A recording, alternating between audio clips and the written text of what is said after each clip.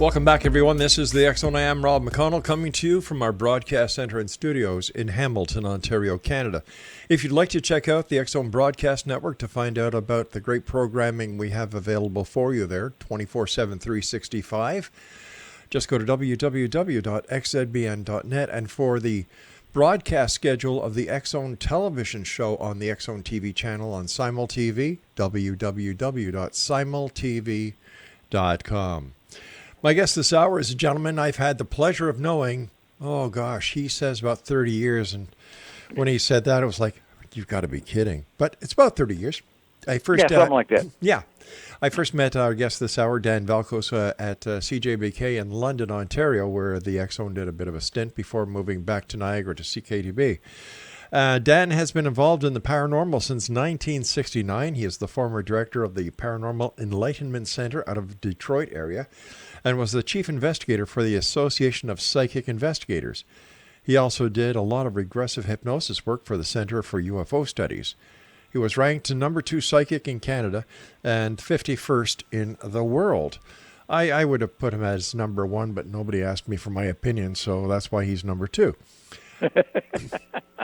I thought you'd get a kick out of that. He teaches or has taught over 25 colleges across Canada and the U.S. and has performed over at 1,800 colleges since 1989. Dan has also been re-elected to the C.O.C.A. Board of Directors. He has also been on over 750 radio shows in North America. And in 2015, before 2015, I gave Dan the title of Canada's Psychotic Psychic. And then then you improved it to saying the World's Psychotic Psychic. That's right. Yeah, you gave me a promotion. You gave me a promotion, Robbie. Yep. But I'm not the person who gave you the title that all women love and adore you for, and that's Canada's cutest male psychic. Yeah, I'm thankful you never did. Yeah, who gave you that anyway? Actually, a group of nurses. It was in I was doing something with one of the hospitals, and they decided that I was Canada's cutest psychic. And then I realized that they also work for the CNIB, so it kind of messed things up a little bit. Dan, welcome back to the show. How's it been, my friend? It has been fantastic. This has been far too long since you and I have done a show together. We're going to have to correct that, because I enjoy doing a program with you. This is going to be painful, but you're an entertaining, intuitive, and very dynamic individual, and I just am so proud of the way you've grown and evolved over the years, too. You're just such a good guy. It's because of people like you, Dan, who come on the show. And... I ain't taking the blame for this. Oh, come on. You mean credit. Yeah, credit. The last time you were with us was July of 2016. I know, it's way too long. Way too long. We're going to have to do that. And one of these days, I'm going to get my tickets down to Hamilton, and we'll do the television show together. No problem. Anytime. The great thing about that is I would look so much better sitting next to you. You can't improve on perfection, old friend. I know. We'll just let the audience figure that one out.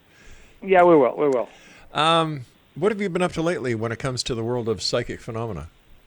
Besides doing some more teaching, I've been doing a lot of private readings, and I've been working a lot with a number of humane societies. Oh. I'm actually now the official resident psychic for 3 different humane societies. What I do is I do psychic readings on people's pets, and we have a riot. I donate my time. We charge $5 for 3 questions, and every penny goes to the Humane Society, and it is a blast. I have so much fun working with these people, because most of the people who bring their pets to see me, these pets are rescues. So these people are saints in themselves when they rescue one from one of the humane societies. A couple months ago, I was doing something in Sarnia, Ontario, and this woman came up to me and she says, Dan, is there any way possible that you can convince my 185-pound St. Bernard that it is not a lapdog? And I said, nope. She says, what if I give you money? I says, no. She says, what if I give the Humane Society a lot of money? I says, then I'll lie to you. They're big babies. They're big babies. I'm doing a thing called Woofaroo this weekend in a suburb of Windsor, Ontario, where it's all day Saturday and all day Sunday. And I have a lot of fun with these animals. It is just a riot. So it's safe to say that your psychic career has gone to the dogs. Indeed. Yes, we're barking. No. Folks, if you don't know this, but Rob and I have done bad puns with one another for 3 bloody decades. So if you hear a bad pun or two come across in this next hour or so, it's just par for the course for the two of us. That is so true. That is so true.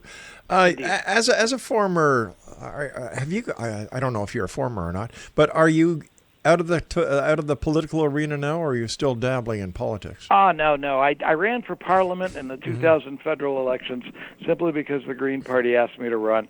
I knew I was going to get thumped in the thing, but I had to ride in the debates. It was something to get into, and it was something fun, and it was just a short stint that I will never, ever go back to again. But it was something interesting. It was an interesting situation. The reason I asked you that is I have to ask you about your psychic impression of President Trump. Well, my grandma once told me that if you can't say something nice about somebody, don't say anything at all. My honest opinion is I don't think he's going to be lasting for all 4 years. No. I think that there's going to, and I don't want to offend anybody of any specific political event, but I think he's just irritating way too many people. And after the November elections, I really don't think the Republicans are going to be able to have control of the House and Senate, and that's when I think they're going to start doing what they can to remove him from office. Well, what he did today in Helsinki at the press conference with President Putin, I couldn't believe what I was hearing. No, I'm going. This is the president of the free world. Yeah. I don't believe my own intelligence services, but I do believe the president of Russia. Yeah. I believe the man standing next to me. Yes. Well, anyway, there's other stuff going on that behind the scenes. Of course, there's other games being played as well. We here in Canada are still concerned about the trade wars. Yes. But I don't think it's going to be that bad for this country, because I think he's going to be forced to back off on some of the tariffs and stuff. I think this is just a short-term thing. Part of him is still convinced that he's running a business, not realizing he's running a country. Well, what's the difference between running a country and running a business? Running a country, you can run into a deficit without going bankrupt. Tis true. Plus, you're playing with other people's money, not your own. Yeah, well, we do that all the time anyway. What's your what is your psychic outlook for the Canadian government? Oh, I really think that the feds, the Liberals, are going to be able to take another term. I think that some of the changes that Trudeau's been putting in are actually going to be beneficial. What I was surprised when Rob Ford got elected premier. Yeah. But I actually don't think he's too bad. I really don't. I think he himself was surprised. Hey, I'm the premier of Ontario? How'd that happen?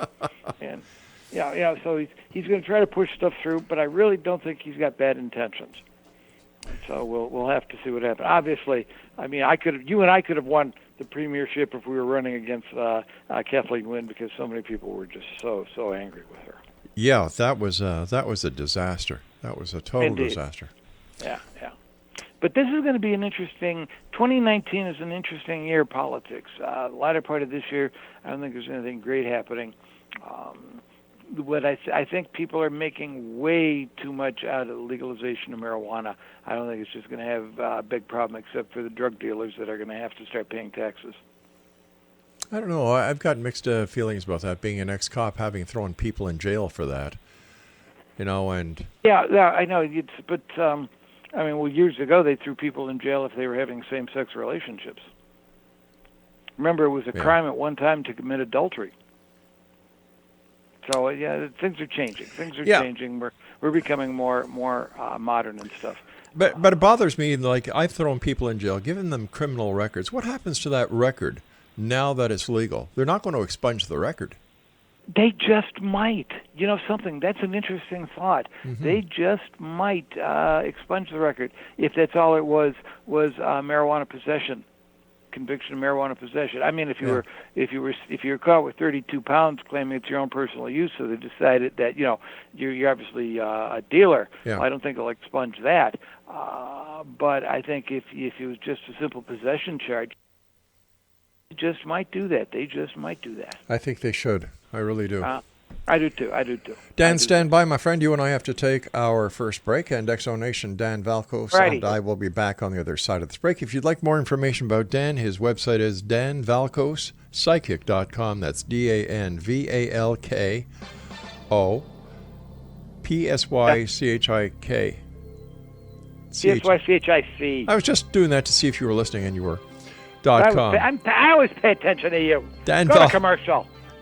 All right.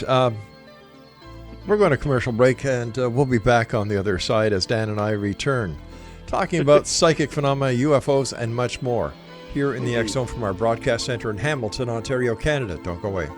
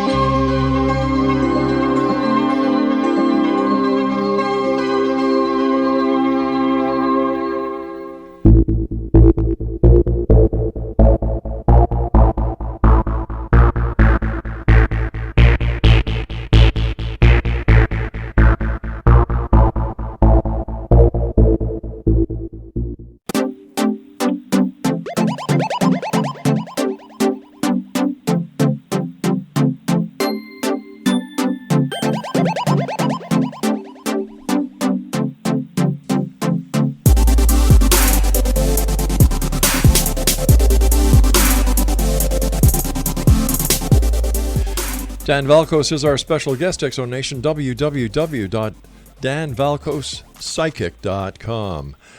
Dan, during one of the tenures that you did as the director of Paranormal Enlightenment Centre out of Detroit, what did you do there? We did a lot of investigative work in haunted houses. I was affiliated with the Center for UFO Studies, which was, of course, Dr. J. Allen Hynek's organization. And I helped people develop their abilities more so. That was the primary thing.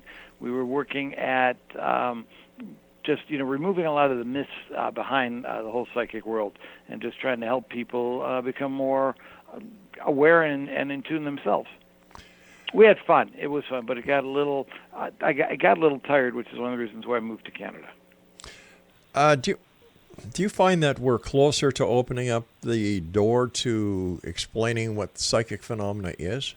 Oh, definitely. We're evolving as a species exponentially. There's no question about that. And as we are evolving, we're going to find that more and more people are becoming more and more aware of things that are going around them. I just spent the weekend doing intensive readings, believe it or not, at a Legion Hall, and a lot of these really, conservative old geezers are saying, "Yeah, well, I know there's something going on with that crap. I ain't sure exactly what, but I know it ain't a bunch of bull hockey." So, but people are becoming more aware that. Well, first of all, being psychic is not necessarily telling fortunes. It's, in essence, being in tune with yourself and the world around you, recognizing, if you will, that spark of creativity that exists within all living beings. And as we are growing and as we are evolving as a species, we're going to find more and more people are realizing how much real this whole thing is in reality. Is there a connection between psychic phenomena and the other aspects of the topics that we talk about here? For example, out-of-body experiences, near-death experiences. Of course, PK? of course. The whole psychic world is it's sort of like a massive umbrella that you can take anything out of the ordinary. Extrasensory perception, or ESP, is just perceiving things besides using your five senses. Whether it's not through dreams, whether or not it's through telepathic insight, whether or not it's through empathetic insight. Most cops are pretty good psychics. A good cop is a good psychic, because a good cop is always going to listen to his or her gut hunches. Yep. And that's going to save you from a lot of hurt. A good cop will tell you that, I was going to go into that house or I was going to go through that door, but my gut was screaming something's not right there. And it took me a while to realize that, and it saved my own tuchus. When I would imagine that you've done a number of psychic shows over the years. Over the years. How is somebody to know who a good psychic is and who a bad psychic is if you're not there? The best psychic in the world that you can ever go to is yourself.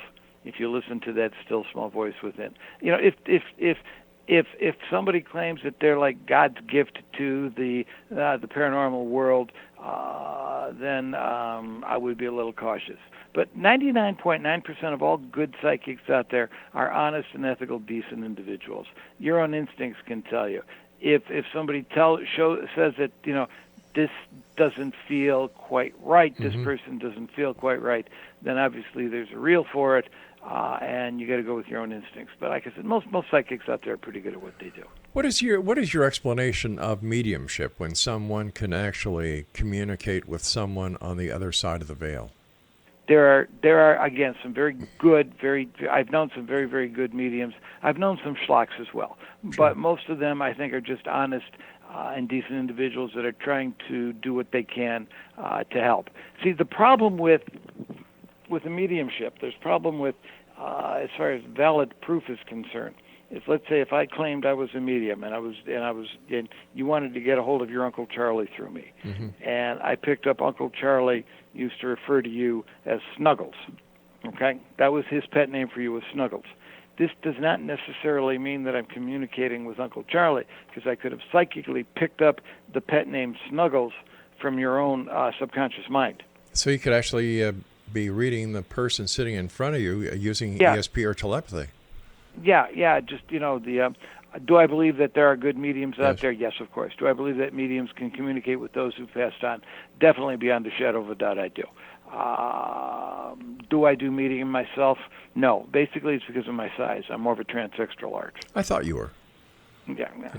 For those of you, this is radio, you don't know, I'm a rather substantial individual, so the extra large is a rather amusing joke. Yes, and...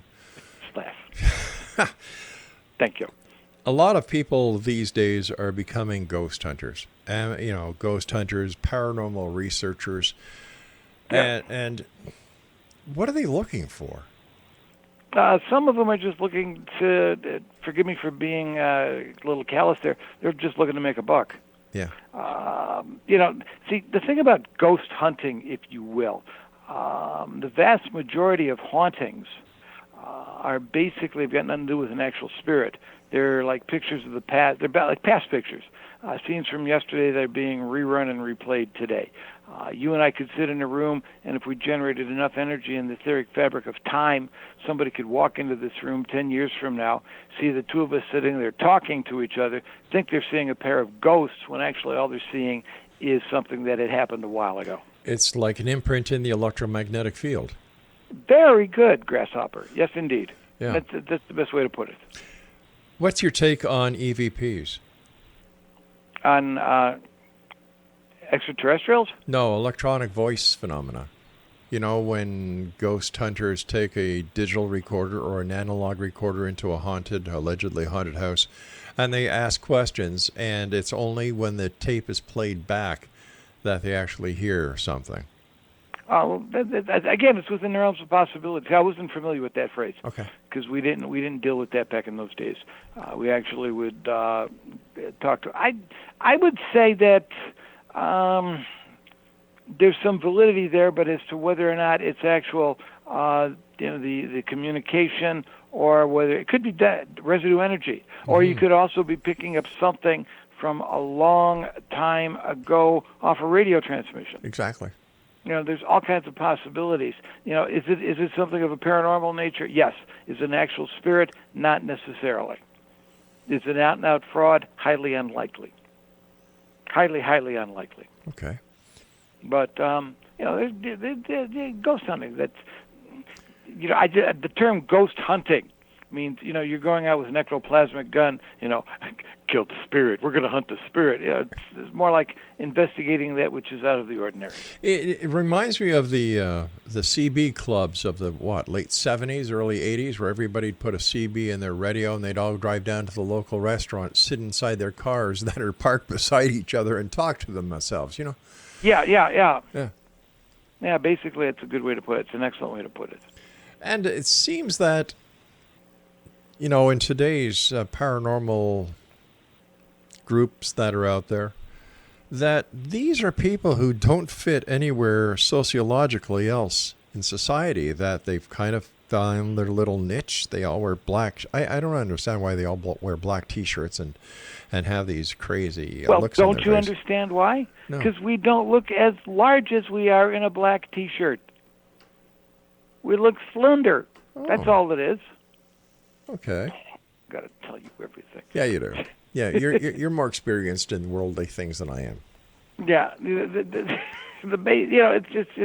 it's in essence, they want to just be a little different, look a little different. Some of them either individuals who claim to be ghost hunters who are, just self-delusional, of course. But again, vast majority of these out there, I think, are individuals who are just trying to either prove to themselves something or trying to get away from the dull and boring mundania that a lot of this world has to be dealing with. Something like going to the amusement park and getting the hell scared out of you on a ride. Indeed, which can be rather frustrating. With all the different groups that are out there, just in Southern California alone, there's over 1,500 groups. We have a database that has over 14,000 group contact information. Cool. All these years, nobody has found conclusive evidence to support any claims that, ghosts are real. Well, it all depends on what your definition of conclusive evidence is, because anything can be faked. Anything can be faked out there. You know that. Sure. You can be extremely creative, and with the new technology and the better technology getting out there, it's almost impossible to say that this is fraudulent or that this is valid. Things like years ago, James Randi, who used to hold it's $1 million thing now, but he used to hold this $10,000 check. He says, if you can prove anything in the psychic world, I give this $10,000 check. Uri Geller took that challenge, blew him out of the water, and he refused because he claims, well, obviously since the psychic world doesn't exist, Mr. Geller must be faking it. We just don't know how he's faking it. So that's how we got out of trying to avoid the proof. There's organizations out there now that are actually able to show tangible proof that the realms of the paranormal are at least plausible, or at least possible. Dan, stand by. We've got to take a break at the bottom of the hour. Exonation, Dan VALKOS is our guest. www.danvalkospsychic.com. We'll both be back after the news. Don't go away.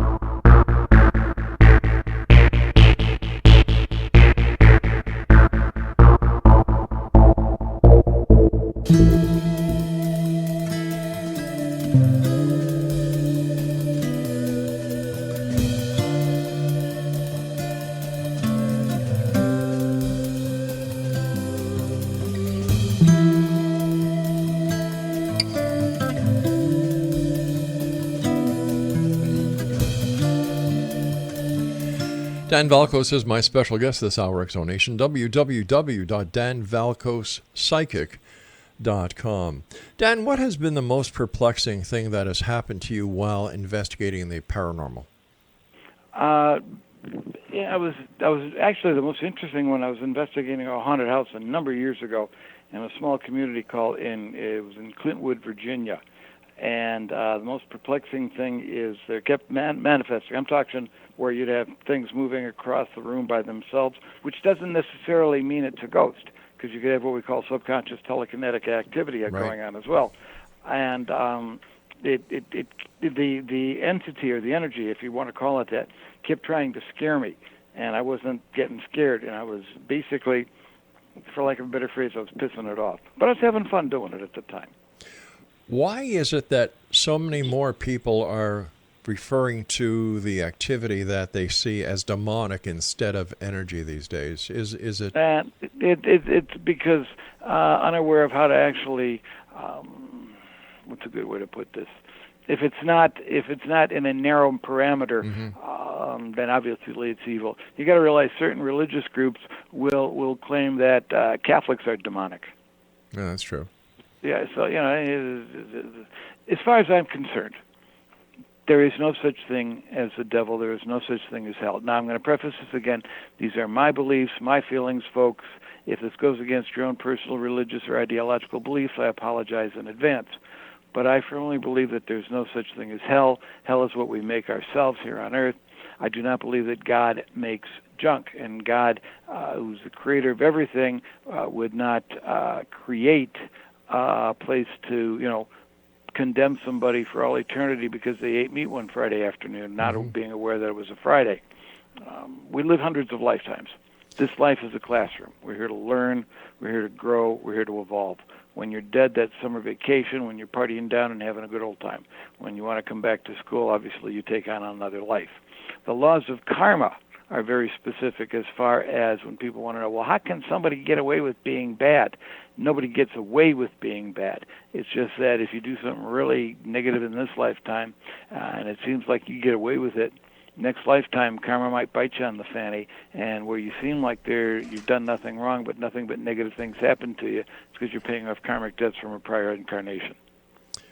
What about these cases of demonic possession, like in The Exorcist on TV? Is this just sensationalism, or do cases like that really happen? If you believe that you're possessed by a demon, if you will, then you can cause your mind being powerful, a psychic mind being powerful. You can cause a 20-degree drop in the temperature of the room.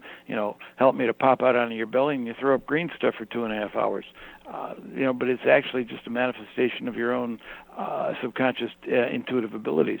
And if you believe that you're possessed by the devil or demons, if you will, and you believe that this minister, or this rabbi, or this priest, or this exorcist can get rid of the demons or get rid of that evil which is within you, then they could do a ritual of exorcism, or swing a dead chicken over their head 3 times, chanting cowbug or kumquat,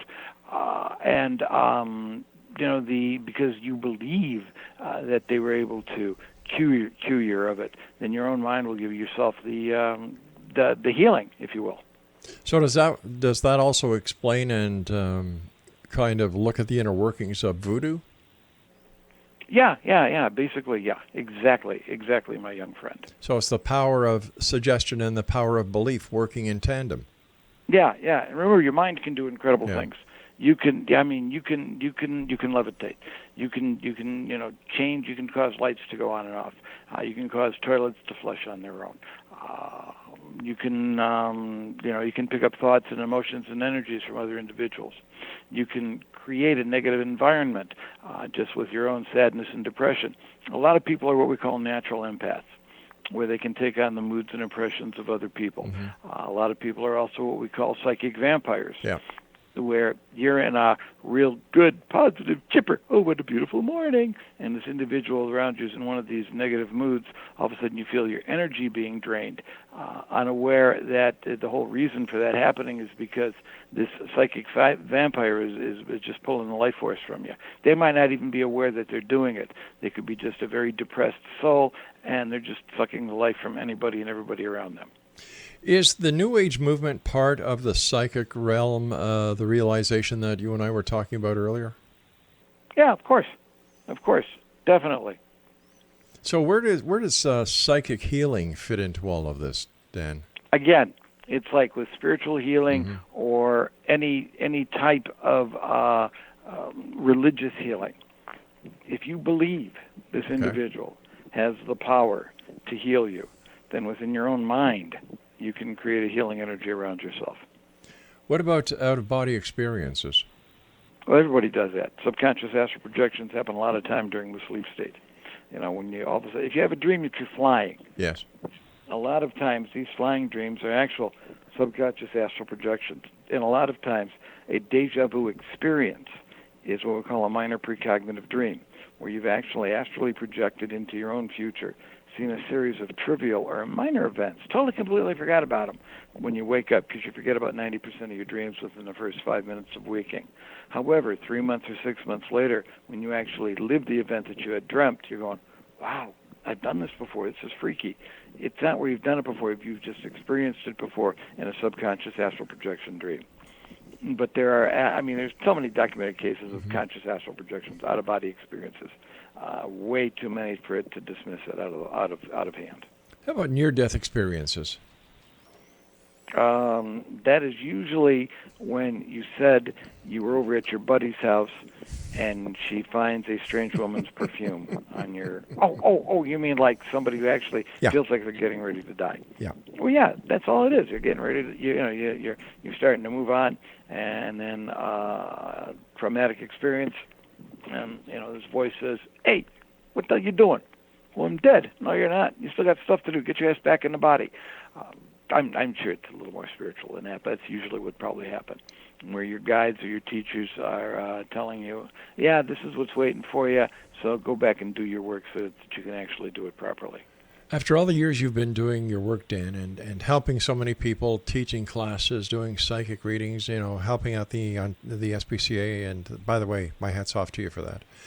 Good. What is your most interesting part of the paranormal that you like working in? Again, I love working with the animals. That's the most fun. That's the most fun. When I work with police agencies, and I've done this on a low-key basis, I don't like to do that, but it's a necessity because usually it's a situation where there's been a major negative event happen, and then you pick up on that residue negative energy. But when you're dealing with the pure joy and love of a four-legged child, and you're able to help the human understand what the dog's going through, because a lot of times the dogs are doing their darndest to get the human. "Listen, human, this is what I want. This is what I want you to do. This is what's bugging me." And sometimes we humans are way too stupid to realize that, it's not where we have to train the dog. The dog has to train us to understand his or her language. What are some of the best. What are some of the funniest comments that you've heard from the four-legged babies that you've related to the owners? Okay. Why can't they just simply listen? When I tell them I have to pee, they yell at me for peeing in the house. So I don't want to pee in the house because I don't want to get yelled at. And I tell them I've got to pee. And they look at me like, "What?" I'm tempted to say, just walk up and just lift my leg to show them what I got to do. Maybe it'll get through to them. "I got to pee. Open that damn door." I would imagine that when you're doing readings on rescue animals, there must be a lot of heartbreaking stories that are relayed to you. A lot of times I'll get the question, what they want is to know what happened before I got the dog. And there's a lot of times when I ain't going to tell them. I'm not going to lie. I'll never lie to somebody. I'll never tell them something they want to hear.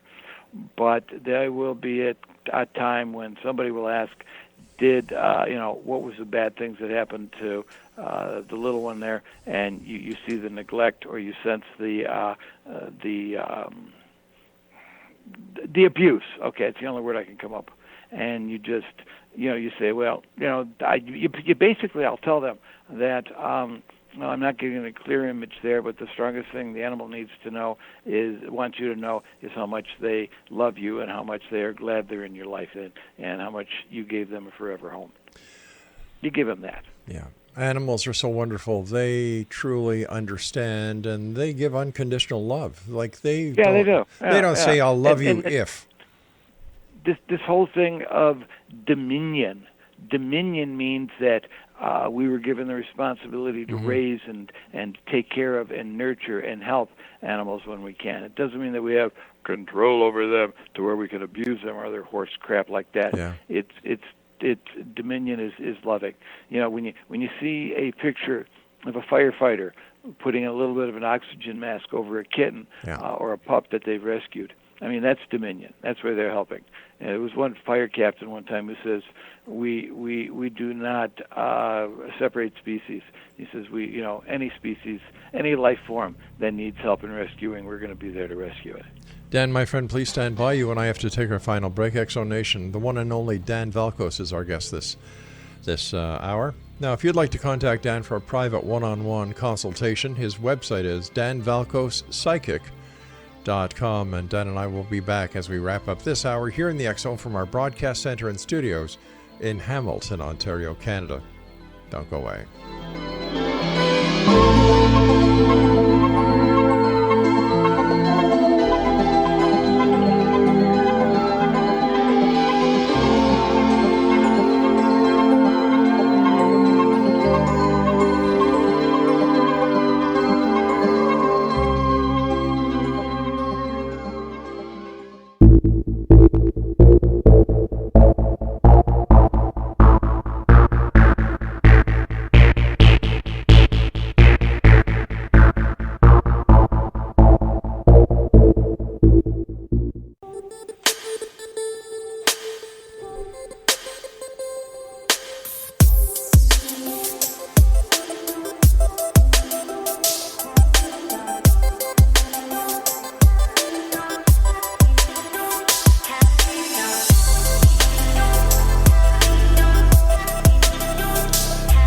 Exonation, Dan VALKOS is my special guest this hour. His website is www.danvalkospsychic.com. And first of all, Dan, great having you back on the show. We'll have to do this more often, my buddy. Definitely we will. Definitely will. I'm enjoying myself immensely. And, it's so much fun doing a show with you, again, because you and I have been through a lot of garbage and a lot of crap a long time ago, and both of us have climbed out. I've climbed out smelling like a rose. You've climbed out smelling. Yeah. Well, one of us had to get the flowers while the other one got the thorn. Thank you. You're welcome. I understand. All right, anyway. I understand you've got a new book out called The Psychic World and How You Can Be Part of It. Tell us about it. Well, it was just basically I took all my years of research and investigative stuff in the classes that I teach, and I decided to put it in a book form. And when we first came out with the book a long time ago, it was well received. Then I came out with my second one on dreams, and then I decided to combine everything together and come out with the book through Kindle, and it gets a pretty good response. Speaking about dreams, I can dream a dream in a dream in a dream. Yeah. And I know when I'm dreaming, and when I'm in the dream itself, to know if I'm dreaming, I try to read something. And if I can't read the menu, the newspaper, whatever, I know I'm in a dream and I have a blast. No, what it is you got to put on your psychic dream glasses so you can actually read the papers now. That's all that is. Oh, all right. Yeah, no. Lucid dreaming is where you're aware of the fact that you're dreaming, and you can actually take control of the dream and motivate it and move in a far more positive direction than you thought you could before. It's a blast to do when you understand it and you realize. Yeah, when you know what the dickens is going on, it is. With the classes you teach, are you seeing a change in the age of the people who are taking your classes? A change in the gender? No, it's a blended. What I'm seeing more interesting is I'm getting more and more men in the workshops. More and more men are realizing that there's something going on here, and it ain't a whole bunch of hooey, and perhaps what they're sensing, what they're feeling is something that might be worth developing. Obviously, like I said, law enforcement. I'll get law enforcement officers that are students of mine, because developing their own intuitive abilities, it's not some, artsy schmartsy, ooh sort of stuff. They realize that there's something going on there, and their instincts have told them what something positive, what something negative is going on. But older men, like in business, because if you're in business yourself and you're looking for an edge or for an advantage, having your own intuitive abilities honed, if you will, works as a plus. Because if you're dealing with a client and you think you're doing your best, putting on a great presentation, but your instincts are screaming, this individual hasn't got two peanuts to rub together to get a small thing of peanut butter, why are you wasting your time with the situation when the person isn't really interested in buying in the first place? How would a person tune their or sharpen their psychic abilities? Take one of my courses. Easiest way. Well. And another shameless plug brought to you by... There's a number of exercises. There's a number of good books out there. There's a website you can go to. It's called gotpsi.org. There's a couple physicists that are using quantum physics to prove the existence of the paranormal. These are pretty cool. But they give you a lot of good basic exercises there to help strengthen your abilities. You start listening. All you got to do is start listening to that still small voice within. It's no big deal. Like I said, you don't have to swing a dead chicken over your head 3 times chanting cowabunga kumquat to open up your intuitive abilities. You may wind up with some interesting medication in the hospital that they put you in, but it's not going to develop your abilities further. And drugs are not going to do it, folks. Those of you who think you can do mind-expanding drugs, it doesn't expand your mind. You're just so blown away you think you're psychic. That's Believe true. me. Yeah. Believe me, drugs do not work. How long would it take someone who wants to take your course to complete the entire... It's up to them. The course that I offer is through email files, and I've got it set up to where you can, as slow or as fast as you want. Some of my students will, do one of the classes a month, if you will. One student, sent me an email a little while ago, says, 5 years ago I started the first class and I kind of got sidetracked. Can I continue with the second class now? And of course I said, of course, sure, fine, no problems. It's a simple course. I've got a real easy course set up. It's 10 classes through email files, and if they go to my website, they'll see it's very, very inexpensive. It's downright cheap, actually. And that's I do what I can to help. I do what I can to help people develop and grow and evolve on their own right. And that's at Dan VALKOS, psychic.com. Psychic.com. Yep. All right. If they want to check it out. Dan, are children psychic when they're born, and is it the bullcrap that we as parents and members of society put on their plate that dampen their psychic abilities? Of course, children are incredibly intuitive. They will be able to sense things. They will be able to see things out of the ordinary. But children will listen to a parent up until a certain age, of course. And if the parent says, "Well, you don't believe in that stuff. That's dumb or that's stupid or worse, that's evil and of the devil," well, then you're going to suppress your own natural abilities and your natural curiosity. Fortunately, that whole mindset and that whole attitude is changing dramatically. More and more people are realizing there is something on here, and rather than automatically dismissing the child, which actually leads to, and a lot of times the child think there's actually something wrong with them, so that they're realizing that maybe there is something that they're sensing out of the ordinary. I know there's a whole genre now of child psychologists who are getting into to where if a child claims they're sensing something psychically, they might actually be sensing something psychically, and rather than automatically dismissing them as hooey, they're helping them to encourage it a little more. How do you deal with skepticism? I'm sure when you're out and about, either at the fairs that you do or when you're out giving a lecture, that you get skeptics. How do you deal with them? I basically ignore them. Yes, that's nice. I believe what you want to believe. I'm comfortable when I believe. Well, if you're psychic, what's my name? And I'll say, are we dealing with an amnesia victim here? Believe what you want. If you don't believe me, I really don't care. I've been in this field way too long to where I'm worried about somebody being skeptical. Over the years that you... Technically speaking, I can't prove to you that I exist. I could be an illusion. Your audience could be thinking they're listening to a radio broadcast when actually it's just having an extremely bad dream of two strange old buggers talking to them. We can't prove beyond a shadow of a doubt we exist. We know we do, but that's not actual tangible proof. And I have no idea where I was going with that. Neither do I. So I'm trying to figure it out. Over the years doing the work that you've done, I know that you've also touched or crossed paths with the UFO community, working with the Center for UFO Studies. Yeah. What is your opinion? Are UFOs becoming more popular? Or it's not a question of popularity. It's a question of their being less ridiculed.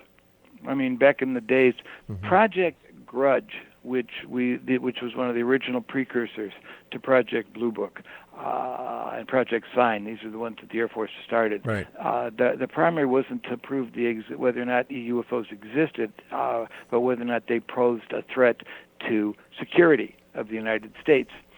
And they came with the conclusion they did, not because of any threat from alien invasion, but this is back in the days when telecommunications was rather limited. Right. That if there was a flap of UFO sightings, it would cause the whole telephone system to get messed up, and it could cause a breakdown in communications.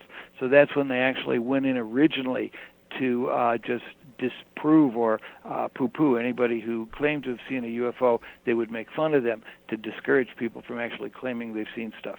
Now, yes, we do have the individuals who claim that they have lunch with Jesus on Venus every other Thursday, or they wear the aluminum foil on their heads so that the aliens can't suck out their brains. But there are credible people who've seen incredible things. Now, UFO stands for unidentified flying object. Doesn't necessarily mean it's an extraterrestrial nature, because you could be seeing something from another dimension. You could also see something from the future.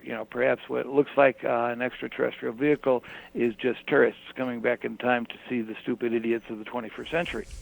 Like going to the zoo. Yeah. Oh, look at the dummies.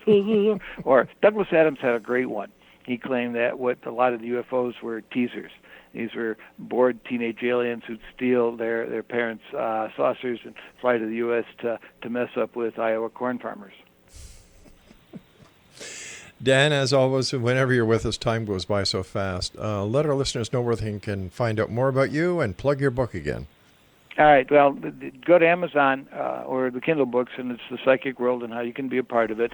And if you are interested in more information from me, just go to my website, folks. That's www.danvalkos, as in Sam, psychic.com. That's danvalkospsychic.com. And Rob, old friend, it's been a pleasure doing a show with you again. Again, we're going to do this more often. Please do, Dan, and regards to your family. And once again, I look forward to when you and I meet back here. We're going to do it. We're going to do it. We're going to set it up to do a television bit together, I promise. All right, Danny. Take care, my friend. Yeah, you take care, and we'll have fun. And do I got to wear a sports jacket if I do your television show? Yes. Well, we're doing radio. All right, I'll dress nice. All right, take care, Dan. Take care now, my friend. Bye-bye. www.danvalkospsychic.com. I'll be back on the other side of this break. Don't go away.